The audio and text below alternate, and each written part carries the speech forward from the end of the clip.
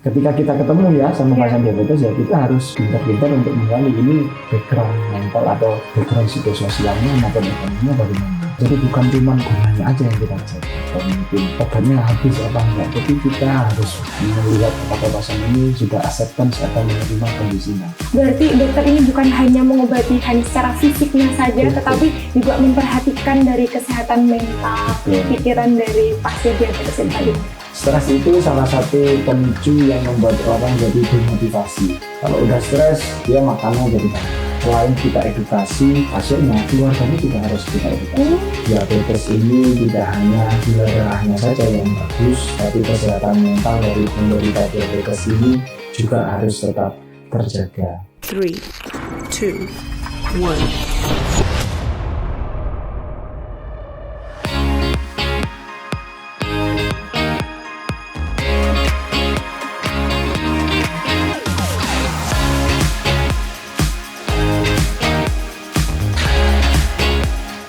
Gelombang suara kami akan meningkatkan kesehatanmu. Halo Sobat Sehat Sutomo, berjumpa lagi di podcast Kanal Informasi dan Edukasi Sutomo. Bersama dengan saya, Dia Ulkamalia Fahlevi, atau biasa dipanggil Dika, sebagai host podcast kali ini. Nah, Sobat Sehat Sutomo, pada tanggal 14 November 2025, kita memperingati Hari Diabetes Sedunia, yang sekaligus akan menjadi topik diskusi kita kali ini. Topik ini sangat menarik karena mengingatkan kita bahwa hidup dengan diabetes bukan berarti hidup terbatas, tapi bagaimana caranya agar tetap sehat, bahagia, dan sejahtera. Lalu senang sekali saat ini sudah hadir bersama saya seorang dokter pakar penyakit dalam Indonesia yang sangat luar biasa, yakni Dr. Ganjar Adityo Permadi, spesialis penyakit dalam. Selamat datang Dr. Ganjar. Ya, terima kasih Mbak Dika. Bagaimana kabarnya hari ini dokter? Alhamdulillah baik. Sudah siap untuk podcast pokoknya. Alhamdulillah. Oh ya, sedang sibuk apa dokter baru-baru ini? Oh, kalau dibilang sibuk sekali ya tidak terlalu, cuman mungkin rangkaian kegiatannya aja yang banyak ya mungkin ya.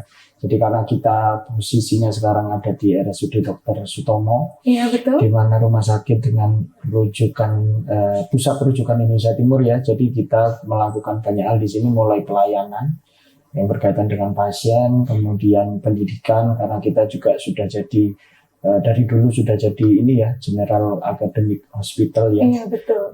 Berhubungan dengan residen, dokter muda, kemudian yang terakhir ya penelitian. Ya, penelitian ini yang dari dulu kita lakukan dan banyak sekali penelitian yang sedang berjalan di rumah sakit kita ini.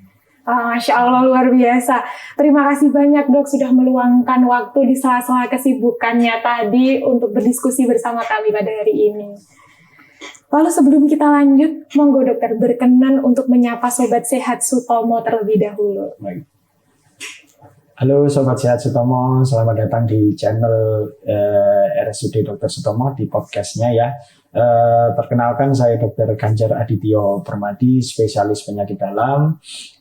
Saya bekerja di RSUD Dr. Sutomo di KSM Penyakit Dalam. Saat ini saya sendiri sedang mendalami tentang ilmu penyakit dalam pada peminatan yang lebih khusus, terutama yang berkaitan dengan diabetes mellitus. Dan pasien-pasien diabetes mellitus kalau di RSUD Dr. Sutomo ya jumlahnya sudah banyak ya, dan mungkin tiap hari mungkin kita ketemu di poli penyakit dalam. Gitu. Oh begitu. Sobat Sehat Sutomo, Dr. Ganjar ini merupakan salah satu dokter spesialis kebanggaan RSUD Dr. Sutomo, yang mana sudah tidak diragukan lagi ya dok, kompetensinya di bidang penyakit dalam, salah satunya penyakit diabetes ini. Yang pasti seperti yang sudah beliau sampaikan, sudah banyak sekali pasien-pasien diabetes yang sudah beliau tangani. Jadi dokter, tema yang diangkat untuk Hari Peringatan Diabetes Sedunia tahun ini adalah diabetes dan kesejahteraan. Sebenarnya apa sih dok makna dan tujuan dari tema tersebut? Kemudian hubungan kesejahteraan dengan penderita diabetes ini seperti apa? Ya, Jadi tema yang diangkat oleh World Diabetes Day ini sebenarnya mulai dari tahun lalu ya, masih menggunakan tema yang sama. Jadi diabetes and well-being, jadi diabetes dan kesejahteraan. Kenapa topiknya yang diangkat ini sekarang kesejahteraan atau well-being ini ya? Karena sekali lagi selama ini kalau kita ketemu sama pasien diabetes, itu yang kita pantau mayoritas atau mungkin prosentasenya dari keluhannya, obatnya diminum apa enggak, gulanya bagus apa enggak. Dan kadang-kadang kita lupa untuk memikirkan background dari psikososialnya, baik itu secara ekonomi maupun secara mentalnya. Karena sekali lagi keberhasilan terapi kita, pasien-pasien dari yang diabetes ini ternyata tidak hanya membutuhkan hanya minum obat saja, hanya butuh dicek gulanya aja, tapi ternyata ada support system yang harus kita pantau juga, apakah ini didukung keluarga atau tidak, perekonomiannya bagaimana, karena itu ternyata mempengaruhi keberhasilan dari terapi-terapi yang kita berikan. Wah, berarti kadar gula darah yang normal itu saja tidak bisa langsung disebut sebagai penderita diabetes yang sejahtera gitu, Dok. Betul. Ada banyak sekali aspek yang tadi dokter jelaskan. Betul. Jadi kadang-kadang kita ketemu orang yang diabetes ya. Iya. Ternyata gulanya bagus. Iya. Kita nggak tahu ya perjuangan pasien ini untuk mencapai gula segitu itu bagaimana. Wah. Kok yang lainnya ternyata gulanya kok tinggi. Ternyata effort dan support sistemnya berbeda antara satu pasien dengan pasien yang lainnya. Jadi makanya yang untuk World Diabetes Day itu tidak hanya menitik beratkan pada efektivitas terapi, kepatuhan minum obat, tapi juga ternyata support system serta kesehatan secara mental dari pasien-pasien diabetes tersebut. Wah, menarik sekali. Kemudian dokter, memangnya siapa saja sih yang paling berisiko menghadapi masalah kesehatan saat hidup dengan diabetes? Apakah ada kelompok yang lebih rentan daripada kelompok yang lainnya? Oke. Jadi yang lebih di-concern atau lebih dititik beratkan adalah pasien yang sudah terdiagnosis dengan diabetes ya. Yang pertama memang kesehatan mentalnya sebetulnya. Dan ini mungkin kalau di rumah sakit kita ini, di RSUD Dr. Sutomo ini, mayoritas pasien-pasien diabetes usianya sudah lanjut. Oh. Nah, yang rentan yang bagaimana? Iya. Jadi sebetulnya kalau kita lihat di data ya, semua pasien dengan diabetes itu mempunyai kerentanan mental yang sama.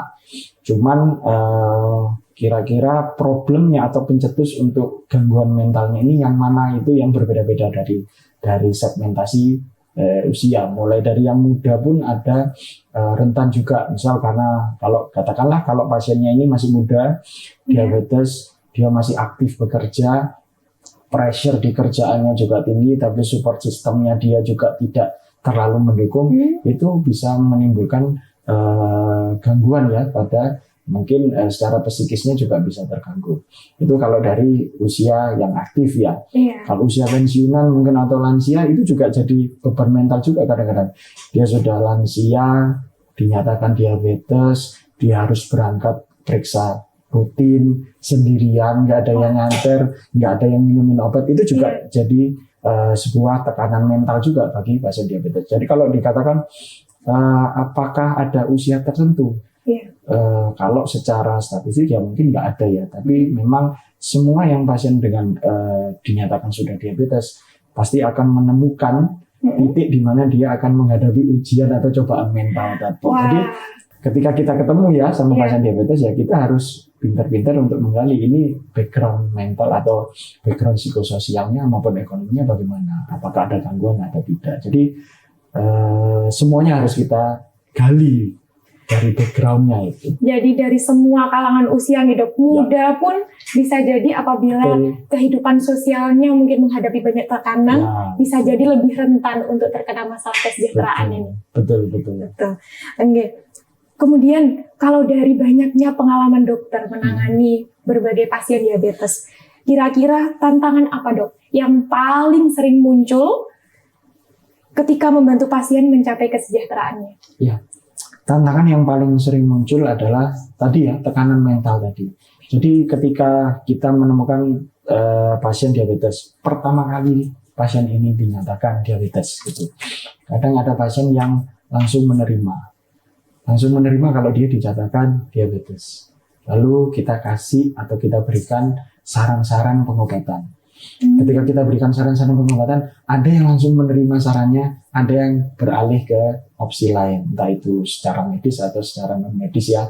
Kalau di masyarakat kita kan terkenal ada pengobatan herbal, gitu. Pengobatan alternatif betul. begitu nih dok. Jadi itu adalah fase pertama, mungkin ini ya, penyesuaian atau adaptasi mental dari pasien diabetes. Itu yang saat ini kita galakkan, terutama sekarang kan ada yang ini ya, program pengampuan diabetes nasional di mana semua fasilitas kesehatan itu harus mempunyai edukator yang khusus untuk memberikan edukasi mulai pasien diabetes itu terdiagnosis atau dinyatakan diabetes. Jadi setting untuk seorang pasien ini menerima kondisinya kalau dia diabetes dan dia harus minum obat setiap hari dan dia harus kontrol rutin, itu yang harus kita edukasi dari awal. Jadi membentuk mental atau membuat pasien ini tidak breakdown ya, karena dinyatakan, karena tidak semua orang itu bisa kuat ya atau bisa menerima ketika dinyatakan bapak atau ibu punya diabetes loh. Gitu. Kadang-kadang orang jadinya mungkin minggu pertama nggak apa-apa, minggu kedua ketiga dia ternyata depresi atau stres. Nah itu yang harus kita pantau juga. Jadi bukan cuman gulanya aja yang kita cek atau mungkin obatnya habis apa enggak, tapi kita harus melihat apakah pasien ini sudah acceptance atau menerima kondisinya. Begitu. Jadi ya monitoring untuk itu masih panjang. Jadi nggak cuma 1 kali atau 2 kali ketemu aja. Gitu. Keren sekali, luar biasa dokter. Berarti dokter ini bukan hanya mengobati hanya secara fisiknya saja, betul, tetapi juga memperhatikan dari kesehatan mental, betul, pikiran dari pasien diabetes itu tadi. Betul. Baik, mungkin sekarang kita bergeser sedikit dok ke sisi pencegahannya. Sesuai kata pepatah nih Sobat Sehat, bahwa lebih baik mencegah daripada mengobati dokter. Banyak orang hanya fokus terhadap gula darah saja, tapi mungkin apa ada selain kadar gula darah yang tinggi, faktor-faktor risiko yang perlu diperhatikan supaya terhindar dari diabetes? Ya, jadi mencegah lebih baik dari mengobati, betul itu pepatah yang sudah lama sekali dan memang betul sekali. Tapi untuk mencegah diabetes itu banyak ya caranya ya. Cuman yang paling utama adalah lifestyle atau lifestyle modification atau mengubah gaya hidup. Dan ini bisa kita lakukan mungkin sebelum kita masuk ke usia 30-an sebetulnya ya. Sebenarnya kalau udah 30 ke atas itu apakah telat? Ya enggak juga sih. Enggak telat-telat juga. Jadi sebelum kena diabetes kita juga harus mulai aware apakah pemirsa atau mungkin jenengan-jenengan yang ada resiko orang tua atau keluarga yang punya diabetes. Nah, ini harus mulai aware. Harus mulai aware dengan apa yang kita makan. Pola istirahat kita, pola tidur kita, kemudian frekuensi olahraga kita dan jenis olahraga apa yang sebetulnya bisa mengurangi resiko diabetes. Tapi kalau olahraga sih kayaknya semua olahraga bisa ya, cuman yang akhir-akhir ini lagi banyak mungkin berseliweran di sosial media dan banyak influencer yang memberikan advice ya. Salah satunya adalah mungkin kombinasi antara angkat beban atau dikombinasi dengan olahraga kardio atau misal katakanlah jalan kaki atau mungkin lari. Wah itu memang lagi rame ya dok di sosial media. Betul. Jadi lifestyle modification ya intinya itu. Kalau untuk mencegah. Untuk mencegah lifestyle gaya hidup sehari-hari. Kalau mungkin saya penasaran dokter.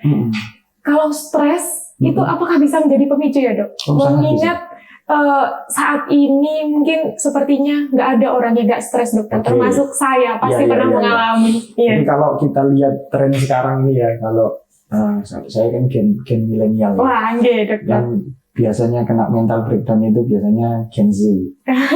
Dikit-dikit harus healing ya supaya ini work-life balance. Waduh. Tapi memang betul ya. Jadi stres itu salah satu pemicu yang membuat orang jadi demotivasi.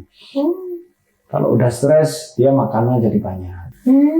Kadang itu juga stres itu dipengaruhi oleh mungkin pola tidur ya. Jadi kalau sekarang mungkin kalau anak-anak yang masih muda-muda, usianya masih 2-30 dan mungkin kerjanya di office, banyak di office, di mana office-nya mungkin kalau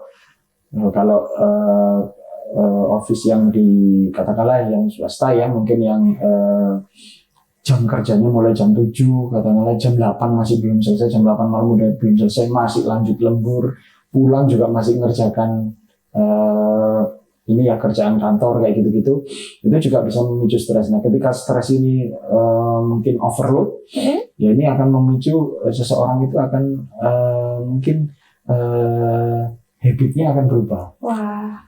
Makannya jadi lebih banyak, terutama Iya. kalau perempuan ya, biasanya Iya. mungkin itu ya, makannya jadi lebih banyak. Mencari yang Mencari manis-manis, yang ya. manis-manis. Kemudian kadang tidurnya juga akhirnya dia habis ngerjain kerjaan kantor nggak langsung tidur, kan nonton film dulu, Wah, iya betul dokter. drama dulu, Betul kayak sekali, gitu. Jadi dokter. ini untuk stress release, tapi malah sebetulnya akan membebani badan sendiri sebetulnya Oh, kalau dibuat iya. begadang seperti itu. Jadi memang betul sekarang ini mungkin kadar stres itu berbeda dari zaman dulu ya, karena mungkin sekarang ya beban untuk pekerjaan itu juga berbeda dengan zaman dulu, dan makanan pun juga berbeda dibandingkan zaman 20 tahun yang lalu dengan yang sekarang itu juga beda. Akses untuk makanan yang macam-macam itu lebih gampang dibandingkan yang dulu kan. Sekarang sekali. tinggal klik udah nyampe Datang di depan sendiri, rumah, iya. gitu. Wah, berarti stres ini mempengaruhi banyak hal ya dok. Betul. Pola makan, habit, gaya hidup, Gaya tidur tadi, Mm-mm. yang akhirnya bisa berdampak ke risiko diabetes Betul, tadi, begitu gitu. betul. Baik. Lalu di awal tadi dokter sudah menjelaskan bahwa support system untuk pasien diabetes ini mempengaruhi nih dok Betul, untuk betul. penderita. Wah, lalu seberapa penting sebenarnya dok peran keluarga dalam membantu menjaga kesehatan mental dan motivasi pasien diabetes? Mengingat pengobatan dan perawatannya itu yang sangat panjang tadi dok, seberapa penting? Kalau dibilang seberapa penting, penting banget ya, sangat penting. Jadi mungkin urutan ini ya prioritasnya ya. Iya. Jadi prioritasnya satu minum obat, yang kedua makanannya harus betul, yang ketiga ini support sistemnya dari keluarganya. Karena keluarga ini akan mempengaruhi seorang pasien ini jadinya akan semangat terus apa enggak. Katakanlah tadi seperti yang pasien yang paling gampang ya pasien lansia ya. Iya. Kadang pasien lansia itu kalau kita di poli ketemu mungkin dia datangnya sendirian. Dia datang sendirian, nggak ada yang nemenin, kemudian kita berikan beberapa saran pengobatan, minum obatnya ini misal, katakanlah ini ditukar jamnya dari jam segini, kemudian dia sampai rumah lupa. Oh. Nah ini di sini peran support system itu di situ. Kalau itu katakanlah contoh untuk yang pasien lansia. Untuk pasien yang mungkin usianya masih usia aktif atau usia muda ya, Iya. kadang-kadang kadang masih aktif ya kerja. Iya. Dia kerja, kemudian habis itu dia katakanlah pulang kantor, kemudian dia ngerjain banyak tugas, kemudian dia lupa, dia ngemil ini, tapi lupa minum obat sampai lupa minum. Ternyata di rumah nggak ada yang ngingetin, ini nggak boleh. Kemudian nggak ada yang ngatur, mungkin ngatur makanannya. Itu kalau yang laki-laki. Kalau yang perempuan mungkin yang lakinya udah ini ya kerja. Mungkin Iya. yang perempuan akhirnya nggak ada yang bantuin. Misal katakan dia harus kontrol. Ternyata dia nggak ada yang, misal anaknya mungkin kadang-kadang masih harus dijemput sekolahnya, Iya. dijemput lesnya. Dia nggak ada yang ini, nggak ada yang bantu. Akhirnya dia nggak jadi kontrol. Jadi kayak seperti itu. Jadi banyak hal yang membuat yang mempengaruhi dari kepatuhan seorang pasien ini untuk melakukan pengobatan atau konsultasi yang efektif, karena yaitu hal-hal yang di luar itu, mungkin di rumahnya, di kantornya, atau di keluarganya gitu.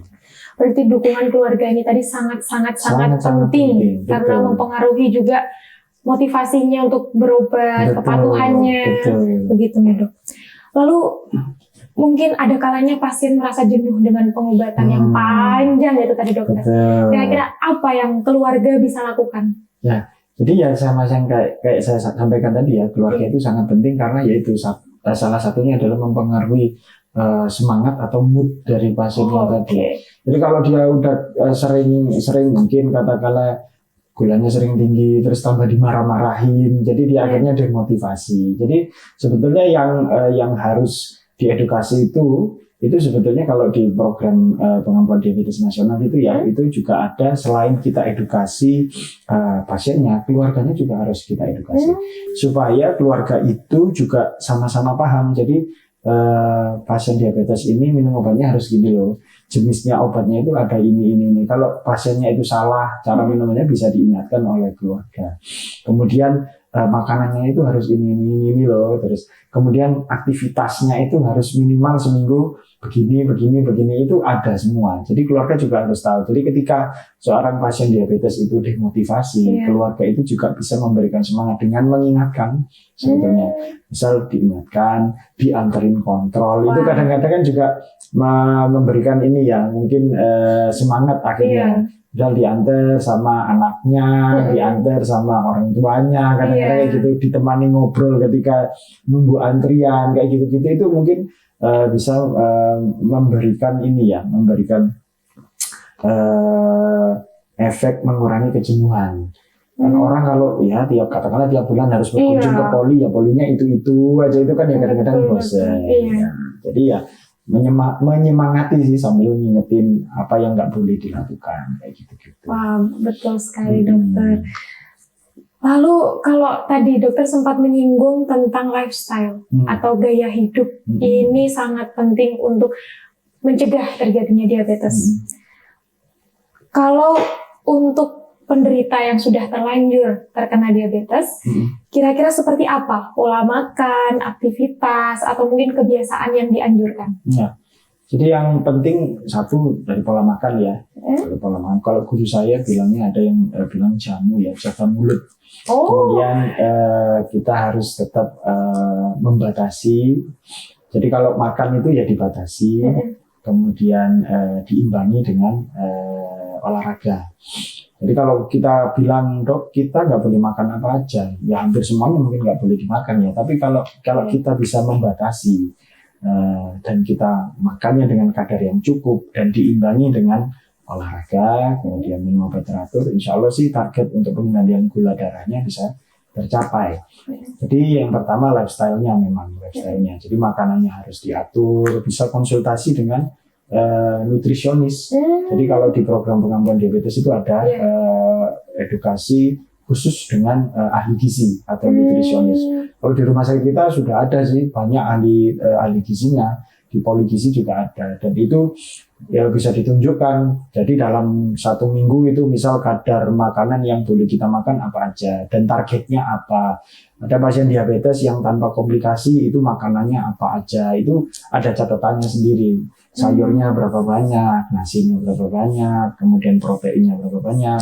Kalau ada katakanlah riwayat jantung koroner, itu juga harus ada yang dihindari apa aja. Kemudian kalau yang nasinya berapa banyak, kemudian buahnya apa aja yang boleh, itu ada semua sebetulnya. Jadi tinggal para diabetisi ini berkonsultasi dengan ahli gizi, dan itu format yang diberikan oleh teman-teman di ahli gizi itu sebenarnya cukup gampang ya untuk dipahami. Jadi sehingga kalau itu pun dibawa pulang dan diaplikasikan di rumah pun juga mudah sebetulnya. Begitu. Kalau untuk penderita diabetes itu pola makannya apakah ada yang berbeda-beda tergantung apanya begitu dok? Atau sebenarnya sama saja yang perlu diperhatikan? Ada berbeda-beda, mungkin beda ininya ya, beda kadar kalorinya ya setiap kali makan. Mungkin pagi, siang sama sore itu kalorinya berbeda dan komposisinya pun berbeda. Kadang yang untuk malam itu kalori tidak terlalu banyak, tapi mungkin fokus pada protein atau mungkin sayur-sayuran seperti itu. Tapi kalau yang pagi, karena orang kan aktivitas itu banyak di pagi dan siang hari, itu mungkin jumlah kalorinya itu bisa lebih banyak ketika pagi atau siang hari. Tapi ya tetap dengan menyesuaikan dari berat badannya juga. Itu juga bisa jadi ukuran ya, atau benchmark untuk menentukan ini kadar kalorinya berapa, proteinnya berapa. Jadi dalam 1 hari kalau di total itu tidak akan over gitu. Ya, betul. Jadi jangan lupa Sobat Sehat Sutomo untuk jamu ya dok tadi ya.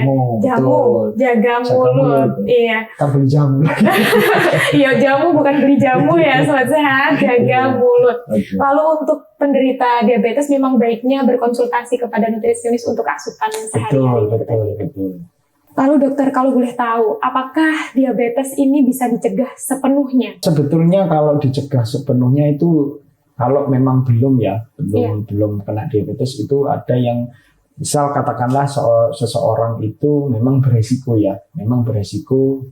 terkena diabetes karena orang tuanya mungkin bapak dan ibunya sama-sama diabetes. Apakah anaknya juga beresiko? Belum. Apakah anaknya bisa jadi diabetes ya? Belum tentu juga karena memang resikonya kalau dibandingkan dengan individu atau orang yang bapak ibunya nggak diabetes, resikonya memang lebih tinggi orang yang pertama tadi. Tapi apakah dia akan jadi diabetes? Belum tentu juga. Jadi ada beberapa yang bisa mencetuskan, terutama yang tadi ya lifestyle-nya tadi. Jadi paparan makanan yang mungkin gulanya tinggi, asam lemak jenuhnya tinggi, itu juga bisa menimbulkan resistensi insulin dan akhirnya jatuh pada kondisi diabetes. Jadi kalau kita mungkin melakukan ya lifestyle atau healthy lifestyle sejak mungkin sebelum usia 30 itu sudah start healthy lifestyle, bisa jadi ya diabetes tadi itu tidak muncul akhirnya pada individu yang pertama tadi itu, dan bisa jadi juga dia tidak seperti bapak sama ibunya. Sama seperti orang yang bapak ibunya tadi tidak diabetes. Tapi resiko itu tetap selalu ada. Walaupun ya setidaknya dia bisa berusaha dulu supaya hidupnya lebih sehat dan mungkin lebih lama. Begitu. Jadi jangan lupa Sobat Sehat, untuk kita-kita ini yang masih muda, Gen Z, Gen X, ini harus menjaga gaya hidup kita sejak sedini mungkin, seawal mungkin. Lalu mungkin untuk para orang tua yang sudah terkena diabetes bisa membantu menjaga pola hidup, pola makan, gaya hidup dari anak-anaknya. Betul sekali. Baik. Kemudian di era sekarang dokter, di mana teknologi itu banyak membantu kita. Bagaimana sih memanfaatkan teknologi ini agar penderita diabetes lebih mudah untuk memantau kondisinya? Ya, jadi sekarang teknologi untuk monitoring terapi diabetes ini adalah memang yang target utama adalah gula darah ya. Selain gula darah ada tekanan darah juga dipantau. Kemudian marker-marker lain seperti profil lemak atau kolesterol itu juga dipantau. Fungsi ginjal itu juga dipantau. Cuman yang teknologi yang terakhir ini yang lagi banyak dipopulerkan adalah continuous blood glucose monitoring. Jadi itu bisa terhubung dengan device atau mungkin katakanlah punya handphone atau mobile phone gitu, itu gula darahnya bisa dicek secara berkala. Jadi otomatis dia ngeceknya. Jadi misal pasien ini kontrol, dokternya tinggal lihat ini reportnya, nggak usah nanya ke pasiennya, sudah ada kelihatan, oh ini di jam segini habis makan gulanya ternyata naik tinggi. Nah ini bisa dijadikan acuan untuk merubah mungkin dosis terapinya.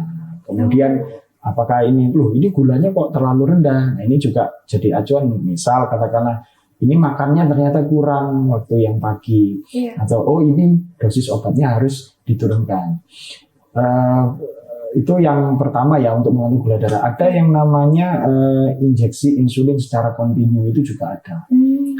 Itu dulu sebetulnya di luar negeri sudah banyak ya, cuman ini mungkin di Indonesia sudah mulai banyak dipakai ya oleh beberapa pasien untuk mempermudah terapi sama mempermudah untuk monitoring. Tapi kayaknya di Surabaya sendiri sebetulnya sudah ada yang continuous blood glucose monitoring itu. Jadi ditempel aja alatnya dan itu langsung nyambung ke aplikasi yang di handphone.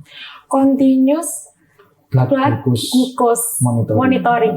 Itu kira-kira bisa didapatkan di mana dok alatnya? Apakah mungkin di apotek terdekat atau di kalau apotek mungkin nggak ada ya, cuman biasanya di toko-toko alat kesehatan itu bisa. Kemudian mungkin di rumah sakit yang mungkin punya pelayanan khusus untuk diabetes itu punya. Tapi kalau rumah sakit kita sebetulnya juga ada ya, karena beberapa waktu yang lalu ada sosialisasi tentang itu ya, alat untuk pemeriksaan itu kondisi blood glucose. Tapi kalau mungkin untuk pasien-pasien ini ya tidak semua pasien, mungkin katakanlah kalau yang BPJS memang belum ada programnya, saya tahu saya begitu. Iya. Oke, wah teknologi ini berarti sudah canggih sekali ya dok. Sebetulnya. Oke. Lalu dokter, kalau dari sisi pemerintah ataupun mungkin fasilitas kesehatan, langkah apa yang perlu diperkuat supaya sebagaimana tema ini tadi, kesejahteraan penderita diabetes itu bisa benar-benar terwujud? Ya. Jadi peran pemerintah di sini sangat penting ya. Jadi karena kita dokter yang berhubungan langsung dengan pasien di masyarakat itu memang selalu berhadapan dengan aturan-aturan, terutama untuk pasien-pasien yang menggunakan asuransi dari pemerintah ya, dari BPJS. Itu kan memang ada poin-poin di mana pasien itu obatnya harus sesuai dengan formularium dan sebagainya. Dan selama ini ya pemerintah memang sudah memberikan dukungan ya. Jadi banyak obat-obatan baru yang dulunya nggak ada sekarang sudah mulai masuk ke BPJS atau formularium nasional. Kemudian pemerintah juga membuat kebijakan-kebijakan yang terakhir ini tentang pengakuan diabetes nasional, di mana targetnya adalah membuat strata rumah sakit ini mulai dari yang level paripurna sampai yang mungkin ada yang madya ke bawah ya, itu harus mempunyai pelayanan khusus untuk diabetes. Bukan untuk terapinya saja, tapi untuk edukasinya juga. Dan itu juga sudah mulai melakukan pelatihan yang rutin untuk edukator. Jadi edukator di sini ada perawat, ada ahli gizi. Jadi semua rumah sakit diharapkan oleh pemerintah itu mempunyai ahli-ahli tersebut untuk membantu ya, untuk bersinergi dengan dokter-dokter di daerah supaya pasien-pasien yang dilayani di daerah pun mempunyai mendapatkan edukasi, mendapatkan informasi tentang diabetes, terapinya, dan makanan atau gizi yang harus didapat ketika pasien ini rutin berobat untuk diabetesnya. Jadi sudah banyak sebetulnya yang dilakukan pemerintah untuk mendukung terapi atau perbaikan dari kondisi pasien diabetes di Indonesia. Jadi sudah banyak digalakkan program-program untuk kesejahteraan penderita diabetes itu tadi, dari kolaborasi banyak sektor tadi, dari banyak bidang, begitu. Lalu, apakah ada indikator atau tanda-tanda yang bisa menunjukkan kalau seseorang itu sudah mencapai kondisi sejahtera? Ya, jadi sejahtera di sini ya kembali yang tadi ya, sejahtera bukan cuma secara fisik aja, secara ekonomi ya, secara mental ya. Ada pasien yang datang berulang kali ternyata ya gulanya masih segitu-segitu aja, nggak sesuai target, malah muncul luka dan lain-lain, malah nggak bisa kerja. Nah itu yang mungkin tidak sejahtera baik dari secara fisik, mental maupun ekonomi. Jadi kalau kita bisa melihat indikatornya ya mungkin kita bisa lihat pasien ini katakanlah mungkin gulanya, wah ini gulanya nggak terlalu bagus sebetulnya ya, tapi pasien ini masih aktif,